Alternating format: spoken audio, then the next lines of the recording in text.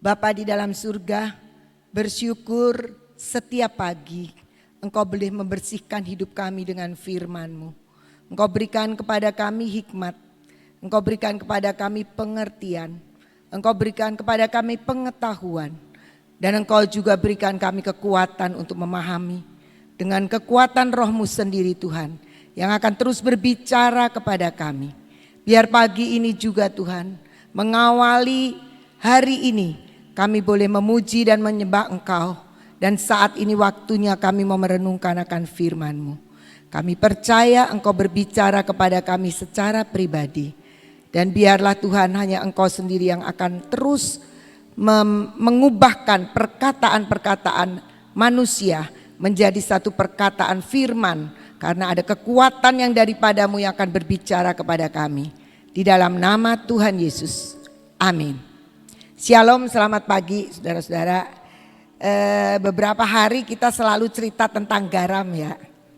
Jangan bosan, hari ini sedikit saya juga akan menyinggung tentang garam. Kemarin Ibu Nani bilang garam itu gambaran dari penghormatan kita kepada Tuhan. Saya merenungkan aja penghormatan kita kepada Tuhan. Garam menggambarkan penghormatan kita kepada Tuhan. Kemudian saya diingatkan dari Matius 5 ayat 13. Kembali kita akan baca Matius 5 ayat 13. Kamu adalah garam dunia. Jika garam itu menjadi tawar, dengan apakah ia diasinkan? Tidak ada lagi gunanya selain dibuang dan diinjak orang. Kita tidak akan bicara lagi soal garam karena sudah diterangkan dari Sophie, Lucky, semua sudah menerangkan tentang garam ya. Juga kita waktu hari Selasa yang lalu. Yang menjadi perhatian saya adalah ketika Ibu Nani mengatakan garam adalah suatu penghormatan kita kepada Tuhan. Jadi saya memperhatikan kalimat yang mengatakan jika garam itu menjadi tawar. Jadi ternyata garam itu jadi tawar. Tak ingat pernah nggak ya saya beli garam tapi garamnya asrep gitu ya. Kayaknya nggak pernah ya. Tapi Alkitab mengatakan kalau garam itu bisa tawar. Yaitu ketika kita, karena kita itu garam dunia. Dan dibilang kita itu bisa tawar ternyata. Dan Tuhan bilang kalau kita tawar nggak bisa diasinkan. Apalagi yang mau ngasinkan. Karena hakikat dari garam itu sendiri adalah asin, rasa asin itu. Jadi kalau dia sudah tawar, apalagi siapa lagi yang mau mengasinkan? Dan dikatakan akhirnya tidak berguna selain dibuang dan diinjak orang. Jadi di sini kita melihat bahwa hidup kita sebagai garam itu bisa tawar.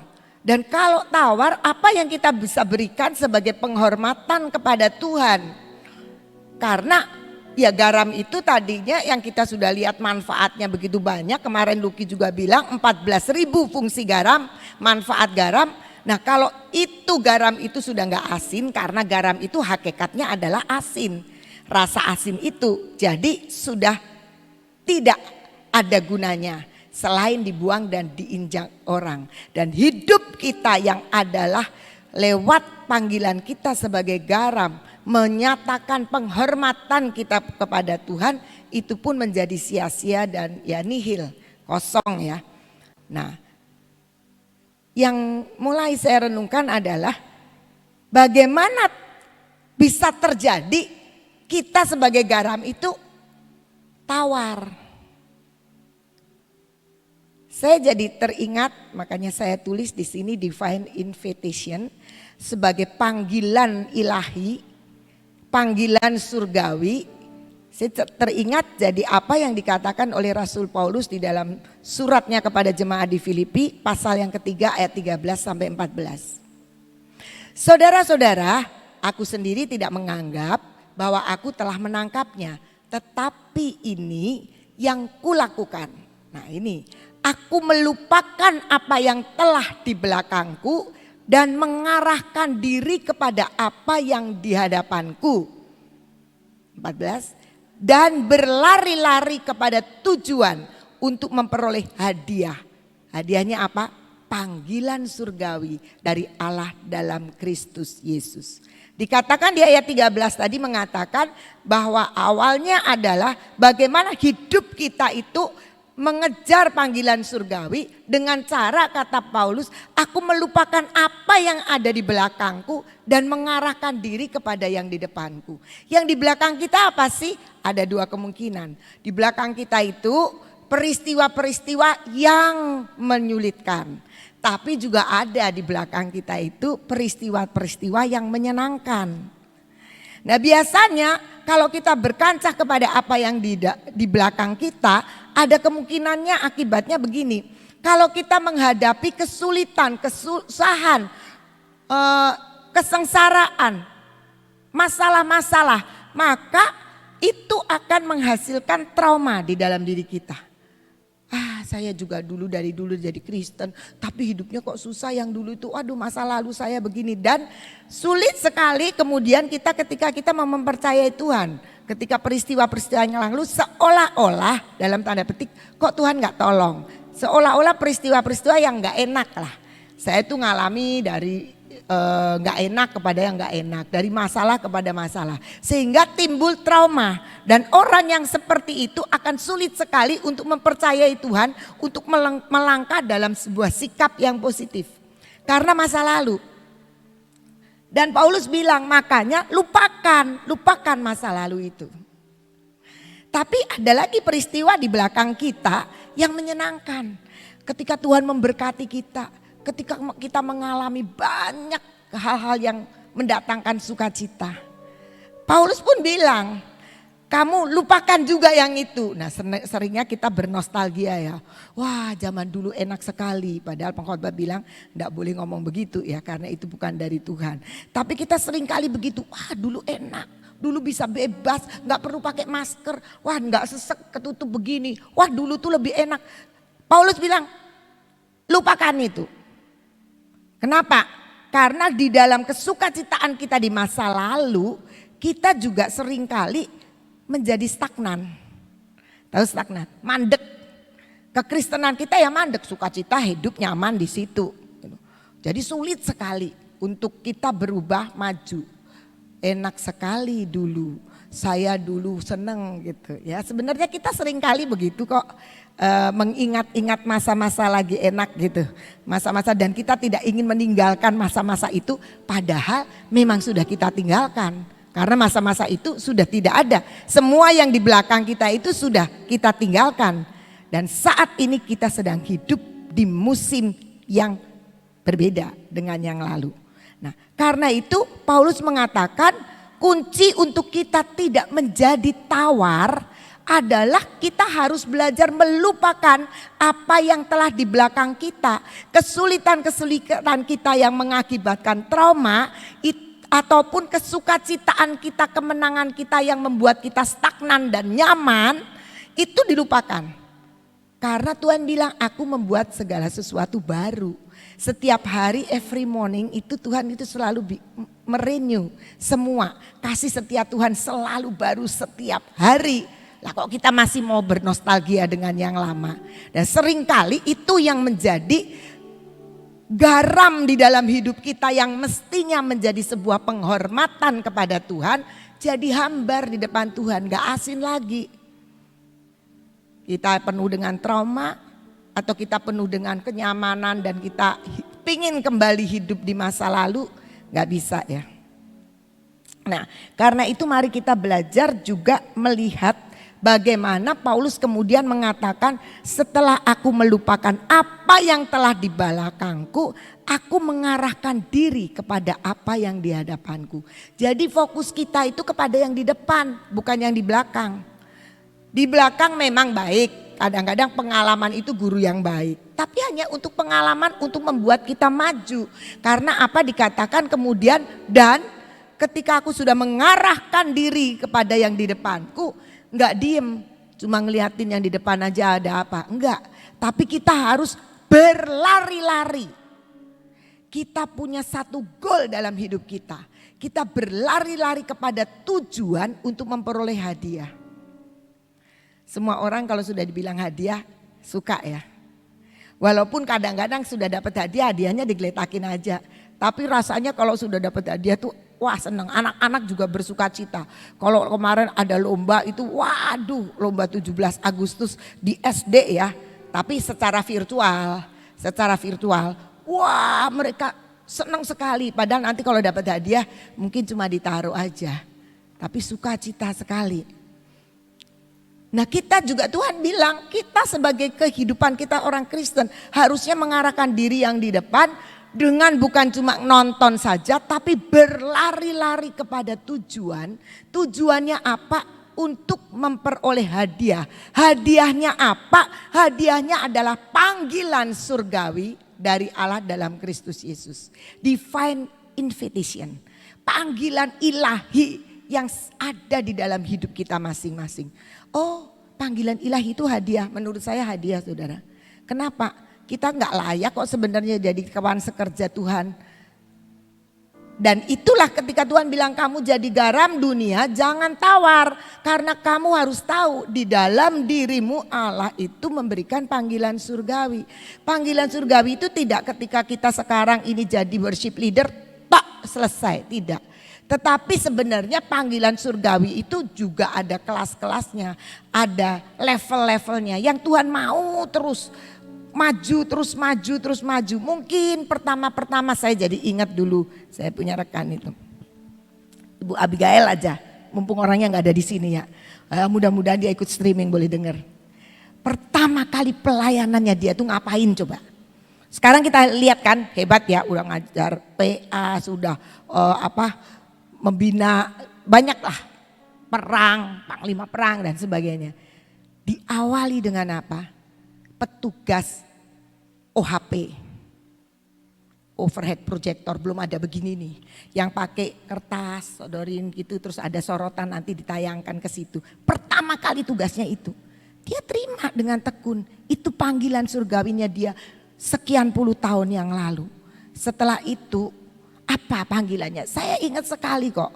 Dia jadi singer. Singernya bukan ditunjuk sama saya waktu itu, saya dan suami saya sebagai koordinator PW, koordinator musik ya. Tapi kami ini enggak nunjuk dia, Tuhan yang nunjuk. Kamu bagian nyembah. Maaf saya harus ngomong ya, nyanyi aja fales. Kalau nyembah ngirungi dia, ganti kunci terus. Nyembahnya, tapi Tuhan pilih. Sebagai panggilan surgawi, siapa yang bisa batalkan? Gak bisa. Setia, singer dijadwal, dia tidak dijadwal. Tiap, waktu itu Rebo ya persekutuannya, tiap Rebo harus tugas. Yang lain barangkali ngomel, aduh tugas lagi. Tapi dia lakukan dengan tekun, dengan setia, memenuhi panggilan surgawi untuk memperoleh hadiah. Kita tahu sekarang kan, rekan kita itu siapa? Betul? Panggilan surgawi itu gak pernah berhenti saudara. Terus Tuhan mau tarik kita. Tapi syaratnya jangan jadi tawar, jangan jadi garam yang tawar. Ketika tawar ya sudah Tuhan bilang tidak akan berguna, cuma diinjak-injak dan dibuang. Jadi kita harus tahu hidup kita sekarang ini adalah yang pertama mengawali dengan melupakan apa yang di belakang kita. Dulu saya begini, dulu saya begitu, udah gak usah dulu-dulu. Kita itu sekarang berhadapan dengan sesuatu yang ada di depan kita. Kalau kita lihat Kejadian 41 ayat 51. Ini peristiwa Yusuf. Yusuf sudah jadi raja muda, dia punya anak. Yusuf memberi nama Manasye kepada anak sulungnya itu. Sebab katanya, Allah telah membuat aku lupa sama sekali kepada kesukaranku dan kepada rumah bapakku. Jadi Yusuf ini punya masa lalu penuh dengan kesukaran, tapi juga penuh dengan sukacita. Ketika dia sukar, waktu dia jadi budaknya Potifar, ketika dia diseret dan dibawa ke Mesir, jadi budaknya Potifar, masuk ke penjara, kesukarannya dia. Dan kemudian juga rumah bapaknya ketika dia pakai jubah yang mewah, yang berwarna-warni, yang harganya mahal sekali. Dia hidup dengan kekayaan bapaknya, dia hidup dengan suasana anak yang sangat dikasih bapaknya, itu hidup kesukaannya dia.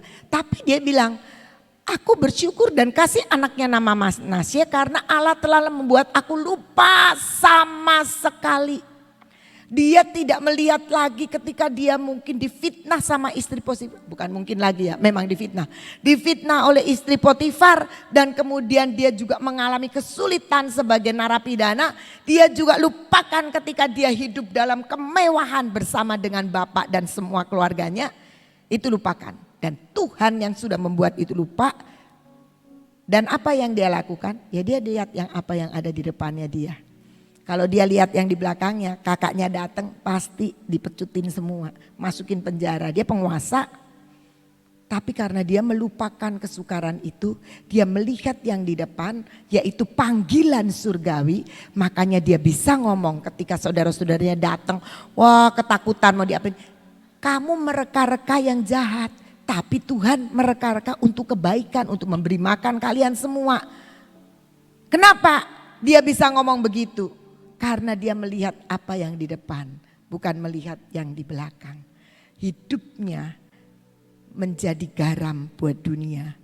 Garam yang ada di dalam dirinya, panggilan itu memberikan penghormatan kepada Tuhan. Melupakan kejadian ini. Terus kita apa? Mengarahkan diri. Kita buka Yosua 14 ayat 8. Mengarahkan diri. Sedang saudara-saudaraku, kata Kaleb nih, yang bersama-sama pergi ke sana dengan aku mengintai Kanaan, membuat tawar hati bangsa itu. Aku tetap mengikuti Tuhan Allahku dengan sepenuh hati. Mengarahkan diri itu artinya terus mengikuti Tuhan, enggak separuh-separuh. Walaupun teman-temannya, walaupun saudara-saudaranya berusaha untuk mengarahkan ke tempat yang lain. Tapi Kaleb bilang, aku tetap mengikuti Tuhan.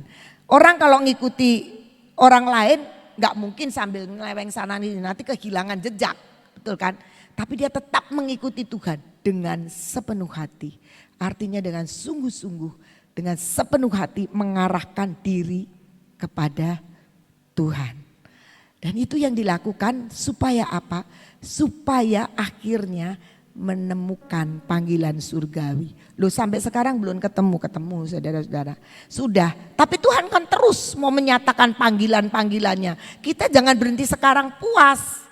Orang GK jangan puas, orang properti jangan puas. Ya Tuhan masih punya panggilan yang lebih hebat lagi. Saya percaya bahwa Tuhan sudah menyediakan yang lebih besar. Dan itu akan menjadikan hidup kita tidak tawar. Kita mengasinkan banyak orang. Ada begitu hal yang kalimat yang menarik buat saya. Ada satu artikel ada tulisannya gini, tidak semua pertempuran pantas untuk diperjuangkan. Saya tuh mikir kok kalimatnya bagus ya. Tidak semua pertempuran pantas diperjuangkan. Terus saya mikir-mikir karena saya ini bagian dari Glorious Kitchen ya. Jadi ya yang tak pikir-pikir ya yang itulah gitu. Kita kan barusan itu ada project yang cukup lama ya. Selama berapa 5 minggu ya. 5 minggu lebih kan. Itu kan ada proyek untuk memberikan makan kepada orang-orang yang lagi isoman. Tahu sebagian besar dari anggota GK itu wanita. Jadi kalau wanita itu pasti apa? Rame, ya kan rame. Nah ada banyak, di situ banyak. Ya ketidakcocokan itu biasalah menurut saya. Kan kita hidup tidak seragam semua. Semua A, B, semua B enggak. Walaupun sekolah juga pakai seragam tetap anak-anaknya berbeda. Ya kan. Itu juga gitu A, B gitu. Nah ketika saya melihat kadang-kadang ada sedikit konflik ya.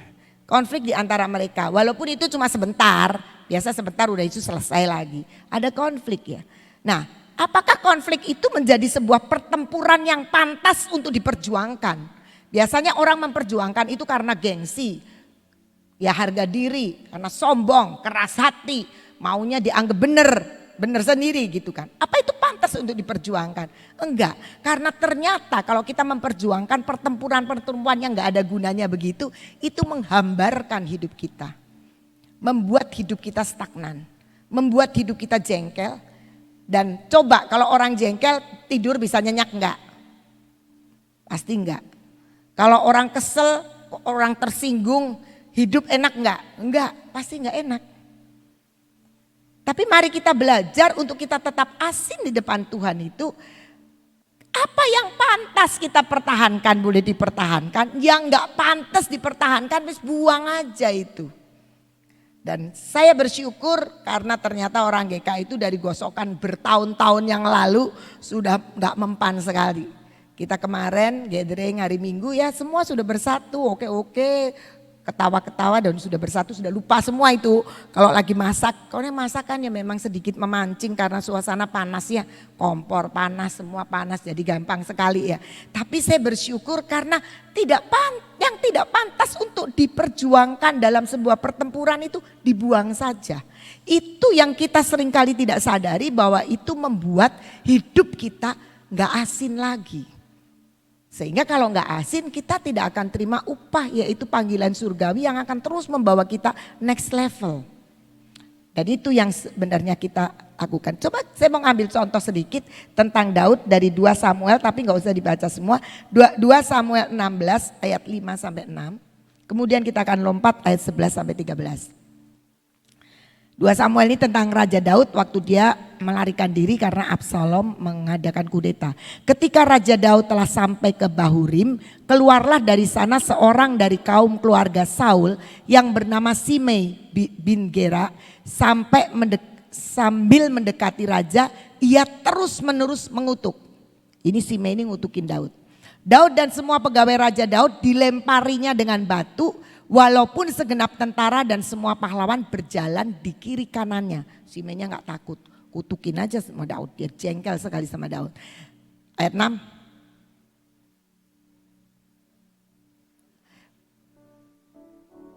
Oh ya sudah. Lompat ayat 11. Pula kata Daud kepada Abisai. Ini Abisai tadinya mau gemes sama Simei. Yang gemes pasti semua. Dan kepada semua pegawainya. Sedangkan Daudnya bilang nih sama Abis, sedangkan anak kandungku ingin mencabut nyawaku. Terlebih lagi sekarang orang Benyamin ini. Jadi Daud tuh bisa memahami, Simei kan keturunan sama satu kaum dengan Saul ya. Biarkan dia dan biarlah ia mengutuk. Sebab Tuhan yang telah berfirman kepadanya demikian. Mungkin Tuhan akan memperhatikan kesengsaraanku ini. Dan Tuhan membalas yang baik kepadaku sebagai ganti kutuk orang itu pada hari ini. Demikianlah Daud melanjutkan perjalanannya dengan orang-orangnya. Sedang Simei berjalan terus di lereng gunung bertentangan dengan dia. Dan sambil berjalan ia mengutuk, melemparinya dengan batu dan menimbulkan debu.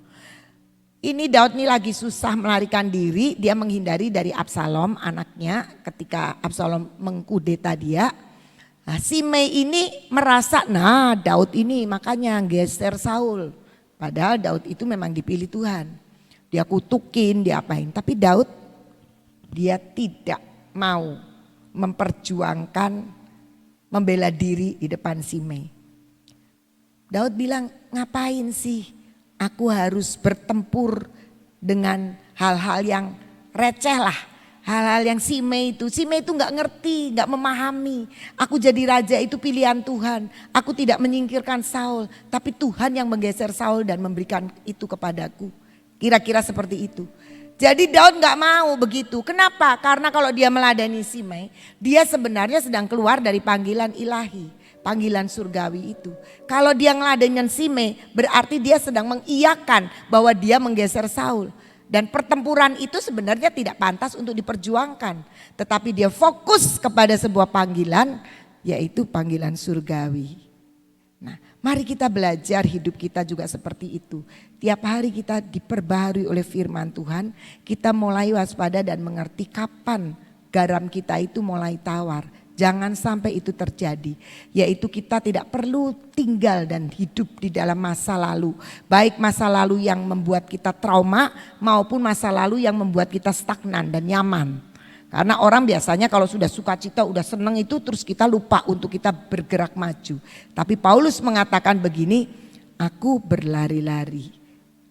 Enggak cuma jalan loh, lari. Jadi lari itu ngotot lah, sedikit ngotot, berlari-lari menuju kepada tujuan. Goalnya apa? Mendapatkan hadiah. Hadiahnya apa? Panggilan surgawi. Tapi jangan pikir panggilan surgawi, divine invitation Tuhan itu gak bikin kita lelah. Bisa bikin kita menjadi lelah. Kenapa? Karena sebuah tugas yang dipercayakan mungkin membutuhkan pemikiran, membutuhkan waktu, pengorbanan, segala-galanya. Tapi percayalah, ketika kita melakukannya itu, maka sesungguhnya kita sedang menggenapi bahwa kita adalah garam buat dunia. Mari kita waspadai apakah garam dalam hidup kita itu saat ini mulai hambar, mulai tawar, ataukah tetap terus asin. Karena itu sebuah penghormatan kita kepada Tuhan. Tuhan Yesus memberkati. Saya dikatakan bahwa orang-orang yang pergi bersama-sama ke sana dengan aku membuat tawar hati bangsa itu. Nah, jadi saudara tahu bahwa ketawaran itu bisa nular. Ya. Ini bangsa Israel ini kan yang disuruh itu kan 12 orang. Yang 10 itu garamnya sudah tawar. Sedangkan yang 12 orang yang disuruh itu bukan orang sembarangan loh. Wakil-wakil dari semua suku yang dipilih dan orang itu benar-benar luar biasa sekali. Otomatis orang itu tuh punya garam di dalam dirinya, sudah ada garamnya. Tapi saat mereka datang ke sana, pulangnya hatinya sudah tawar. Apa yang membuat ketawaran dalam hidupnya? Lihat ya, yang membuat tawar tadi Ibu Ina ngomong, masa lalu kudu dibuang. Kalau kamu ingat-ingat masa lalu, ya nanti jadi tawar. Kalau tawar tidak ada gunanya. Nah, mereka ini yang 10 ini bagaimana bisa menjadi tawar sampai garamnya itu dibuang dan diinjek-injek. Disebabkan karena apa? Mengingat masa lalu, tidak mau lari menuju kepada tujuan. Tapi mengingat masa lalu. Dulu di Mesir sudah susah ya. Dulu di Mesir kitanya itu sudah jadi budak. Sekarang kalau masuk ke sana perang lagi, ketemu orang-orang gede dur ya. Orang raksasa-raksasa, perang lagi, susah lagi. Nah, masa lalu bisa menjadi tawar. Sehingga mengakibatkan si 10 orang ini sudah tidak bisa jadi garam.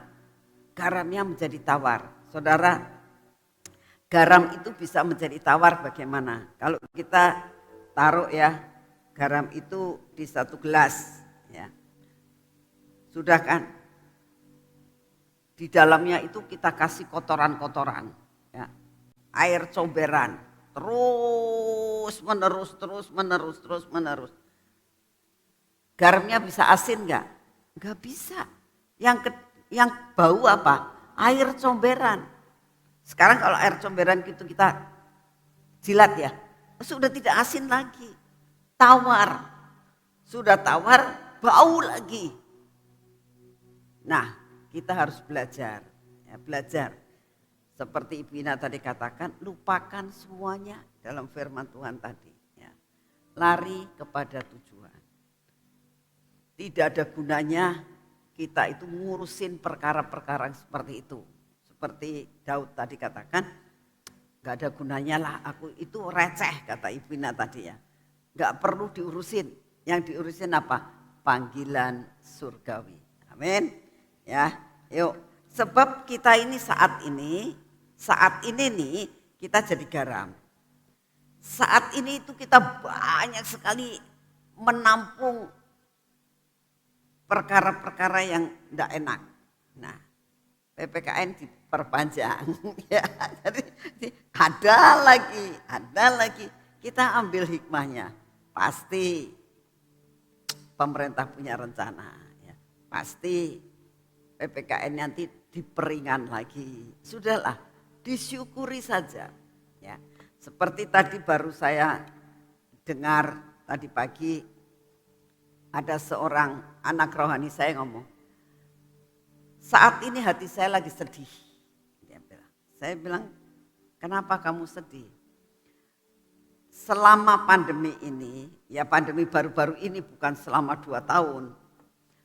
Saya itu punya pembantu 10 kali keluar masuk.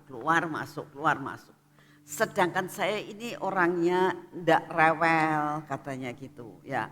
Ndak, pekerjaannya juga tidak berat. Tapi selama gitu sedih hati saya. Saya jawab, belajar bersyukur. Kamu diberi kesempatan, kalau enggak ada pembantu ya kerja sendiri. Bersyukurlah. Kalau kamu merasakan ini terus menerus yang jelek-jelek kamu tampung, menjadi tawarkan hati kita, ya kan? Sudah bersyukur aja, apapun yang saat ini kita jalani bersyukur.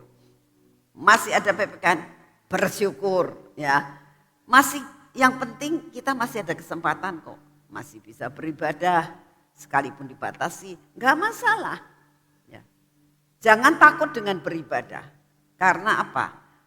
Ini kesempatan. Di mana ada kesempatan kita masuk belajar seperti udara.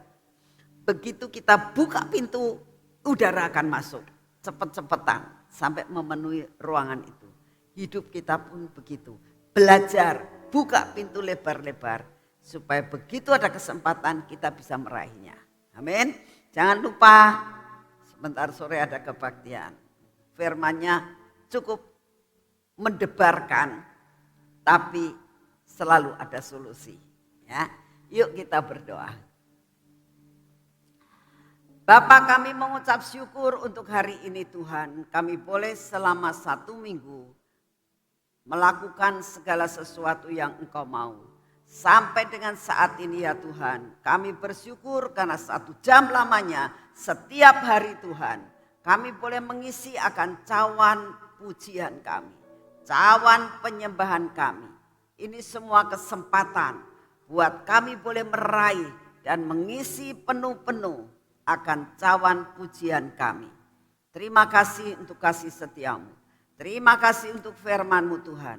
Saat ini kami minta di dalam nama-Mu, selidiki hati kami Tuhan. Selidiki benar-benar apakah garam yang ada dalam hidup kami. Dengan adanya banyak polusi yang ada.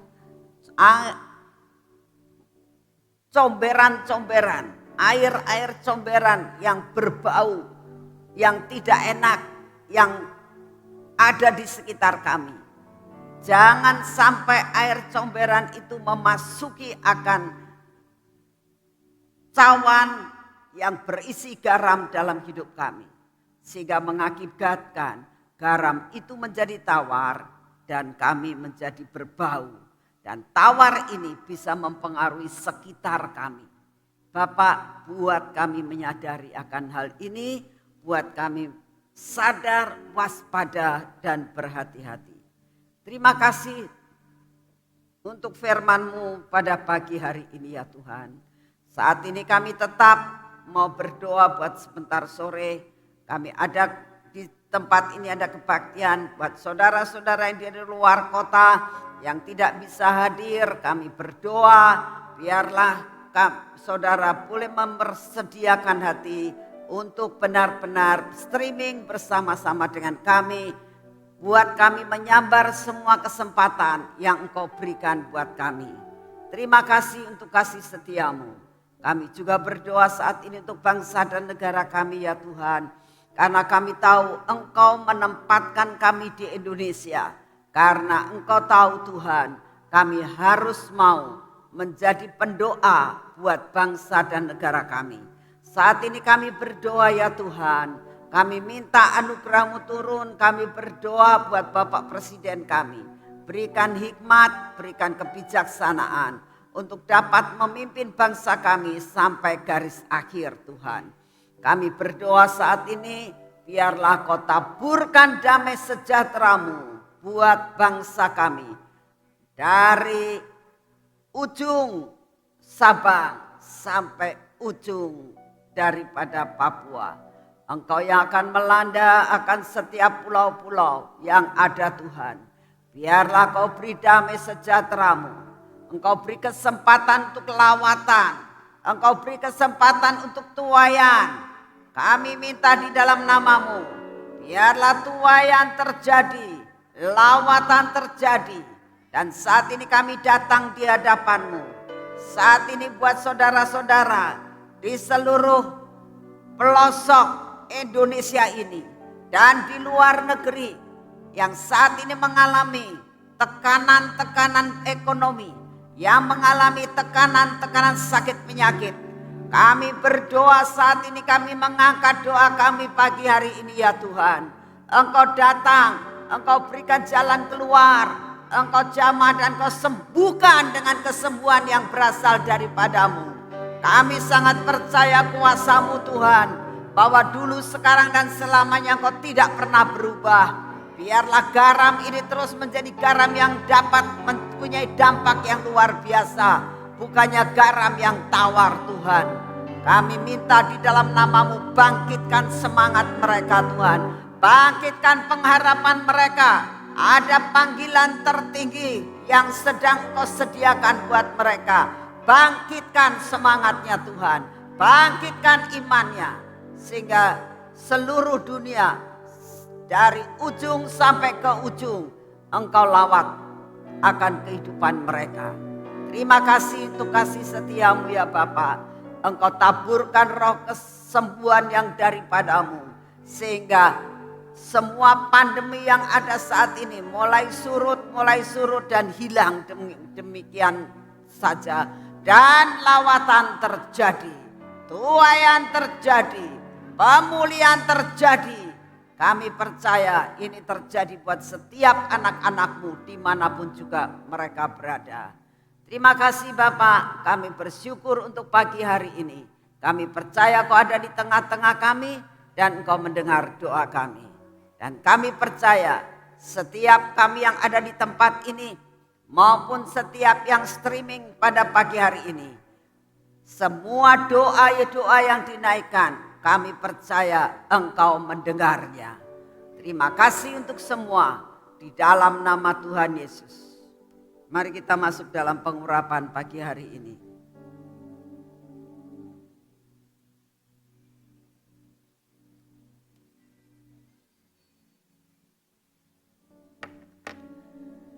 Bapak, pagi ini kami datang di hadapan-Mu. Kami mau melakukan semua aktivitas kami hari ini.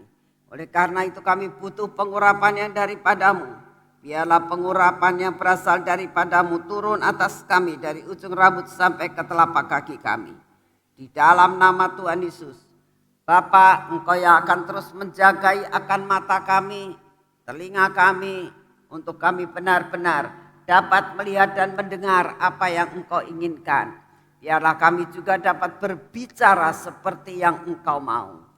Tuhan, jagai hati kami ya Bapa, karena hati ini biarlah jendela hati kami tertutup dalam perkara yang tidak benar, terbuka dengan perkara yang benar. Dalam nama Tuhan Yesus, semua ketidakpercayaan kami, keraguan-raguan, kekhawatiran kami dipatahkan di dalam nama Tuhan Yesus Kristus. Tuhan Yesus, hari ini kami mau bekerja. Biarlah tangan kami ini kami olesi minyak, karena kami tahu kami bekerja tanpa Engkau akan sia-sia. Berkat yang Kau sediakan buat kami dapat menampungnya dan kami dapat menerima secara utuh. Terima kasih untuk kasih setia-Mu. Biarlah kaki kami Tuhan berjalan dalam jalan yang sudah Engkau tentukan hari ini untuk kami jalani, supaya kami berhasil di dalam segala perjalanan kami.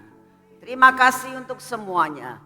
Di dalam nama Tuhan Yesus, semua berkat yang terbaik Engkau akan berikan buat kami hari ini. Dalam nama Tuhan Yesus. Amin. Selamat pagi, Tuhan memberkati saudara.